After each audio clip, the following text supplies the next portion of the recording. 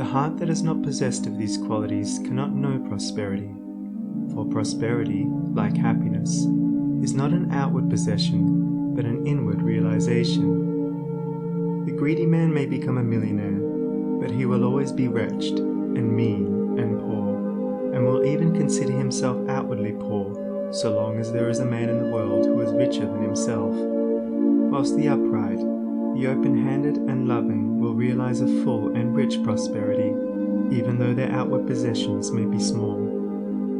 He is poor who is dissatisfied, he is rich who is contented with what he has, and he is richer who is generous with what he has. When we contemplate the fact that the universe is abounding in all good things, material as well as spiritual, and compare it with man's blind eagerness to secure a few gold coins or a few acres of dirt, it is then that we realize how dark and ignorant selfishness is.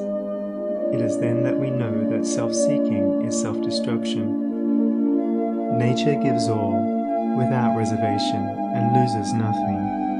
Man, grasping all, loses everything. If you would realize true prosperity, do not settle down, as many have done, into the belief that if you do right, everything will go wrong. Do not allow the word competition to shake your faith in the supremacy of righteousness. I care not what men may say about the laws of competition, for do I not know the unchangeable law, which shall one day put them all to rout, and which puts them to rout even now in the heart and life of the righteous man? And knowing this law, I can contemplate all dishonesty with undisturbed repose, for I know where certain destruction awaits it. Under all circumstances, do that which you believe to be right, and trust the law. Trust the divine power that is immanent in the universe, and it will never desert you, and you will always be protected. By such a trust, all your losses will be converted into gains, and all curses which threaten will be transmuted into blessings. Never let go of integrity, generosity, and love, for these, coupled with energy, will lift you into the truly prosperous state. Do not believe the world when it tells you that you must attend to number one first, and to others afterwards. To do this is to not think of others at all, but only of one's own comforts. To those who practice this, the day will come when they will be deserted by all, and when they cry out in their loneliness and anguish, there will be no one to hear and help them. To consider oneself before all others is to cramp and warp and hinder every noble and divine impulse.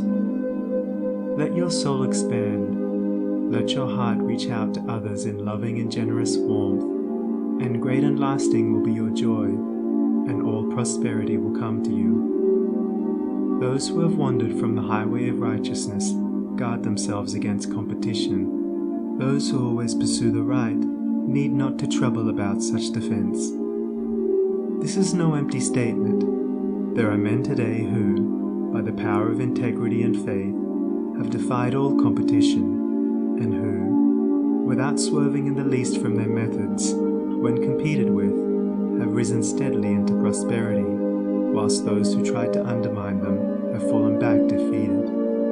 To possess those inward qualities which constitute goodness is to be armored against all the powers of evil, and to be doubly protected in every time of trial.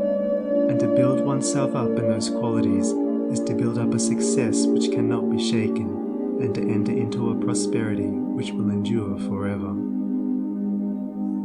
The white robe of the heart invisible is stained with sin and sorrow, grief and pain, and all repentant pools and springs of prayer shall not avail to wash it white again.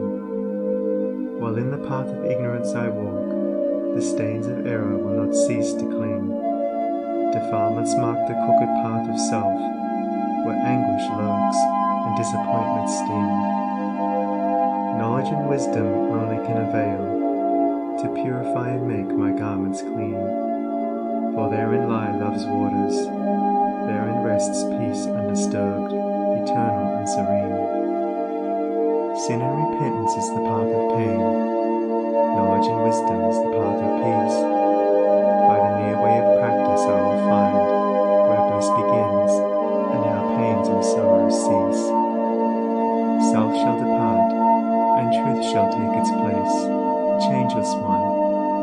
visible, shall take up his abode in me, and cleanse the white robe of the heart invisible.